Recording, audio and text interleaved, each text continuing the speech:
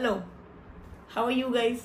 Last video जो थी इतना अच्छा रिस्पॉन्स उस पर आया, इतने सारे कमेंट्स, इतने डीएम, इतने लाइक्स, मज़ा आ गया मेरे को देख के। पहले जब मैं वीडियो बना रही थी मेरे को लग रहा था कि तुम लोगों को स्ट्रैटेजी समझ में नहीं आएगी, तुम लोगों को लगेगा यार क्या है ये 2 महीने पहले आके क्या बोल रही है ये, है ना। मेरे को लगा था कि गंदा क्रिटिसिज्म होने वाला है, लेकिन इतने अच्छा रिस्पॉन्स उस पर आया है, मेरे को बहुत अच्छा लगा सीरियसली कि तुम लोगों को उसका चलो लॉजिक समझ में आया।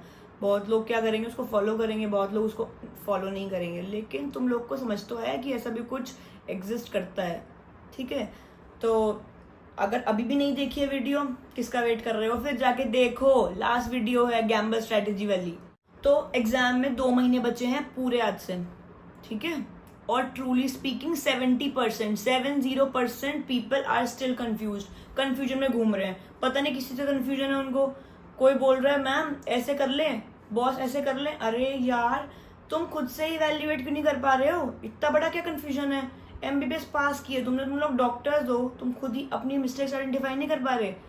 भाई बहुत सिंपल है ना, अगर कुछ पढ़ा नहीं है उसको पढ़ना है, अगर पढ़ लिया है तो रिवाइज करना है।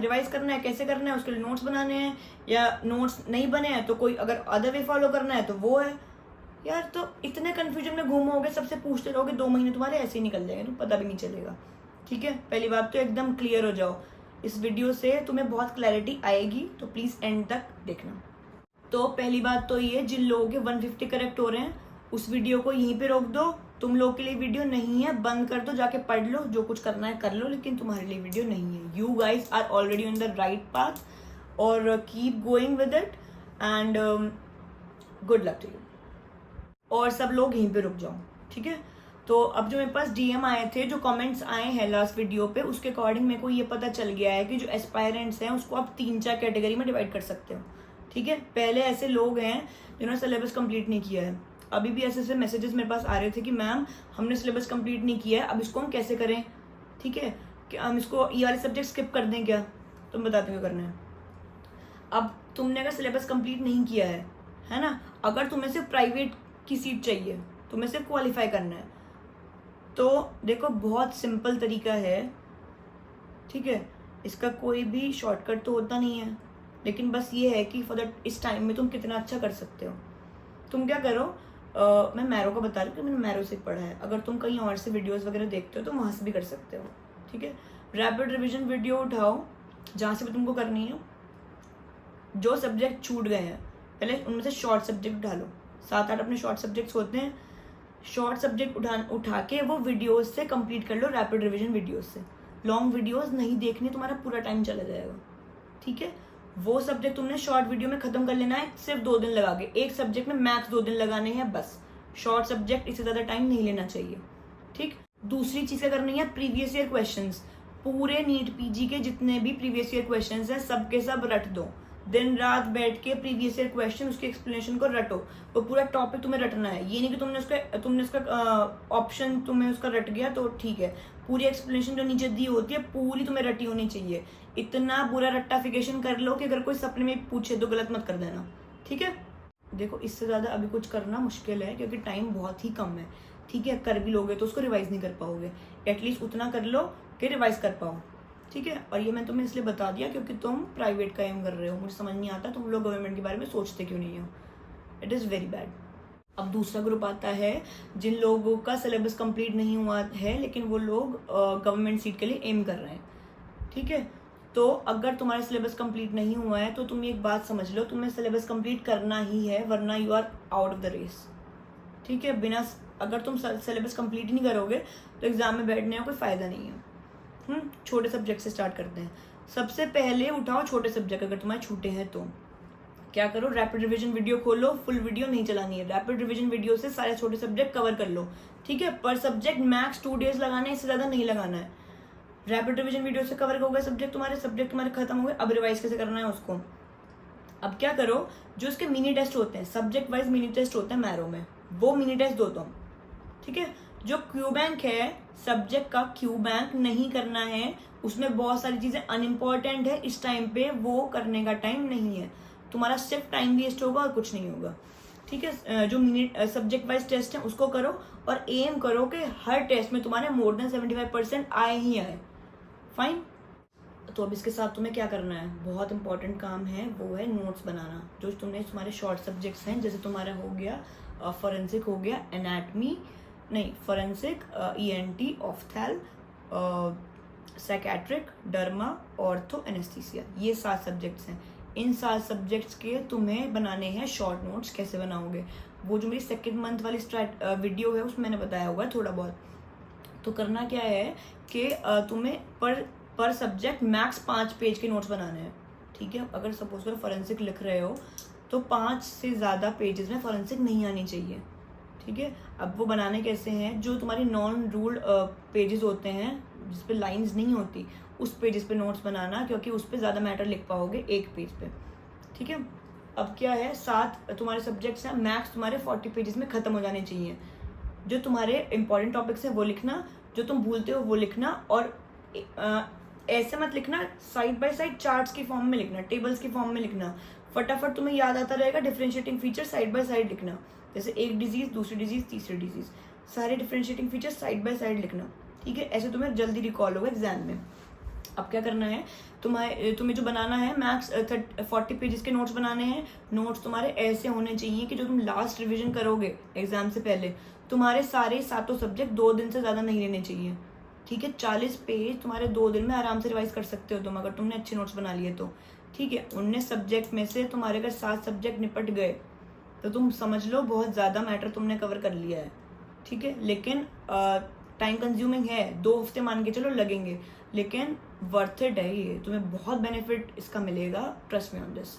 अब अगर तुम्हारे बड़े सब्जेक्ट्स बचे हैं, है ना, बड़े सब्जेक्ट बचे हैं, तो देखो यार, अगर सारे ही बचे हैं तो काफ़ी टफ है, लेकिन हमें तो जिस दिन एग्ज़ाम है उससे 1 घंटे पहले तक पढ़ना है, ठीक है। तो तुम्हें पढ़ना ही है, तुम्हारा कुछ भी बचा तुम्हें पढ़ना ही नहीं है, छोड़ना तो है नहीं तुम्हें बीच में, ठीक है। अगर तुम्हारे बच्चे हैं anatomy, surgery, medicine, gynaec, patho, pharma, तो भाई ये सब्जेक्ट बहुत ज़रूरी है, ये तो आपको कवर करने ही है। अगर इसमें से आप कोई भी छोड़ के जा रहे हो तो ये सोच लेना कि नेक्स्ट ईयर के लिए पढ़ाई करनी है, ठीक है, अभी से। तो करना क्या है, ये सब्जेक्ट्स भी रैपिड रिवीजन वीडियो से ख़त्म कर दो, ठीक है। सारे सब्जेक्ट्स, ये अगर ये 6 सब्जेक्ट्स हैं तुम्हारे रिमेनिंग, तो इनको ख़त्म कर देना रैपिड रिवीजन वीडियो से। या अगर इनके अलावा भी तुम्हारे कोई बड़े सब्जेक्ट बचे हैं तो उनको भी ख़त्म कर दो रैपिड रिवीजन वीडियो से। अब दूसरी चीज़ क्या करनी है, इसके प्रीवियस ईयर क्वेश्चन निपटाओ, सब्जेक्ट वाइज उठाओ। ऐसे मत उठाना कि नीट PG 2023 का पूरा पेपर कर रहे हैं, नहीं, मेडिसिन के सिर्फ क्वेश्चन उठाओ, सारे प्रीवियस ईयर्स, ठीक है। सारे के सारे प्रीवियस ईयर क्वेश्चन तुम्हें विद एक्सप्लेनेशन रटे होने चाहिए। ऐसे रट लो कि अगर तुम्हारा दोबारा से रिपीट करे टॉपिक, क्योंकि रिपीट पक्का करता है, नीट में टॉपिक्स रिपीट करते हैं, अगर तुम्हारा टॉपिक रिपीट करता है, तुम्हारा वो क्वेश्चन किसी भी हालत में गलत नहीं होना चाहिए, ठीक है। अगर तुम्हारे पास इसके बाद टाइम बचता है तो फिर जो तुम्हारे सब्जेक्ट वाइज टेस्ट हैं उसको तुम दे देना।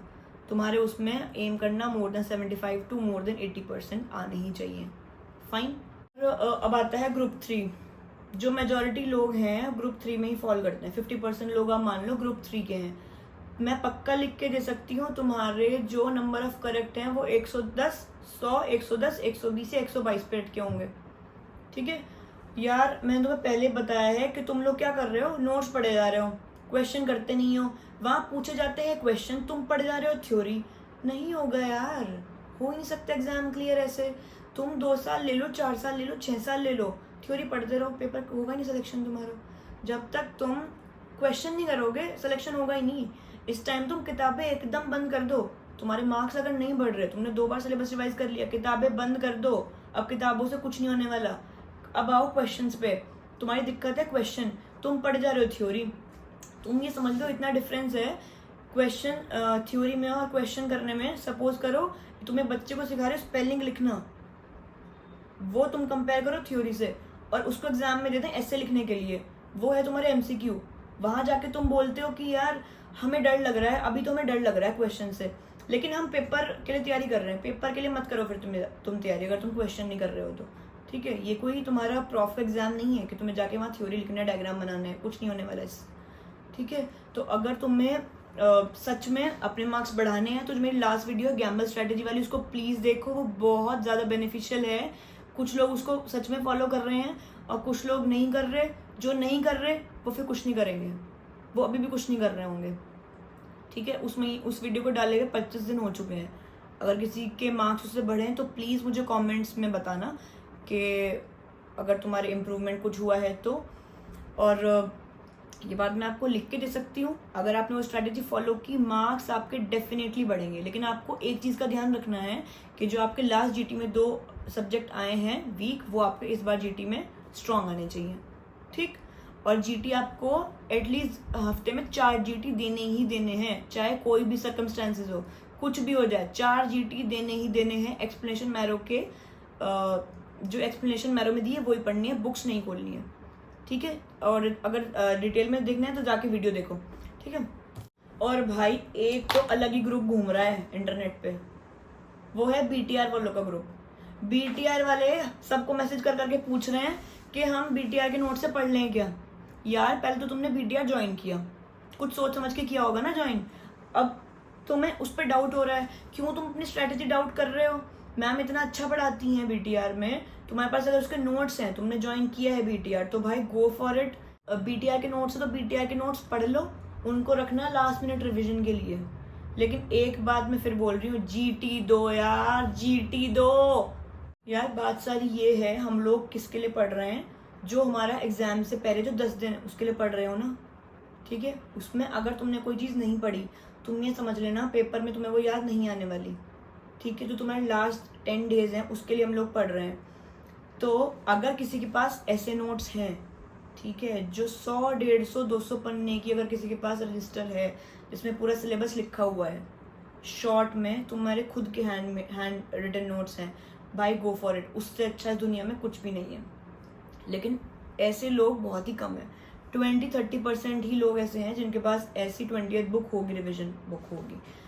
अगर किसी के पास नोट्स नहीं है, आंख बंद करके जो मेरी गैम्बल स्ट्रैटेजी वाली वीडियो है उसको देखो, रोज जीटी दो। ये इससे तुम्हें इतना ज़्यादा बेनिफिट मिलेगा, तुम समझ नहीं रहे हो उस बात को। अगर तुम्हारी रैंक तुम्हें जंप करनी है 20-30,000 से, अभी भी तुम्हारी जंप हो सकती है, अंडर 5 के आ सकते हो तुम। I am pretty much sure with this technique. And stop doubting your self यार। अब तुम इतने बड़े हो चुके हो, तुम्हें सब कुछ पता है, what is right and what is wrong. अभी अगर तुम नीट पीजी नहीं दे रहे होते ना, मैं तुमसे पूछूं नीट पीजी क्रैक कैसे करना है, तुम मुझे खुद से ही एक ऐसी स्ट्रैटेजी बता देते कि ऐसे हो सकता है एग्ज़ाम क्रैक, तो वो खुद के लिए भी अप्लाई करो, खुद की ही स्ट्रैटेजी बनाओ एक। औरों से पूछने के बजाय पूरे इंटरनेट पे तुम पूछ रहे हो कि क्या कर रहे हैं क्या कर रहे हैं। मैं ये नहीं कह रही कि लोगों से पूछो नहीं, लेकिन पता है क्या है, लोग अगर तुम्हारे दिमाग, अगर तुम्हें किसी ने अपनी स्ट्रैटेजी बताई, वो तुम्हें अगर तुम्हारे लिए सही नहीं बैठी, तो तुम अपना टाइम वेस्ट कर लोगे ना। और अगर तुम राइट स्ट्रैटेजी पे भी होगे, इस टाइम पूछ के औरों से, यार तुम अपना टाइम वेस्ट कर लोगे यार। तुम ऑलरेडी अपनी स्ट्रैटेजी को, तुम्हारी जो सही चल रही है उससे तुम डेविएट हो जाओगे। इस टाइम पे ऐसा कुछ भी नहीं करना, पढ़ते रहना लास्ट मिनट तक। जिस दिन तक नीट पीजी नहीं हो जाता उस दिन तक पढ़ना है, उससे 1 घंटा पहले तक पढ़ना है। एग्जाम क्रैक हो नहीं हो वो तुम्हारे बस में नहीं है, उसके बारे में सोचना भी नहीं। अभी तुम्हें सिर्फ क्या करना है, पूरा सिलेबस पढ़ के जाना है, कम से कम 2 बार, फाइन। और जो मेरी नेक्स्ट वीडियो आने वाली है बहुत बहुत ज़्यादा स्पेशल है, उसको मिस मत कर देना प्लीज़, ठीक है। और ये वीडियो को शेयर करना अपने फ्रेंड्स के साथ, क्योंकि यार एस्पायरेंट्स पूरे दिन यूट्यूब पे वीडियो ही सर्च करते रहते हैं कि हम क्या स्ट्रेटेजी फॉलो करें। अब नीट पीजी पोस्टपोन हो जाए, एक तो पोस्टपोनमेंट के पीछे मत भागना, जितना पेपर पोस्टपोन होगा तुम्हारी उतनी ही प्रिपरेशन वीक होगी, ठीक है। तो वीडियो अपने फ्रेंड्स के साथ शेयर करो, कलीग्स के साथ शेयर करो, और सब्सक्राइब कर दो यार।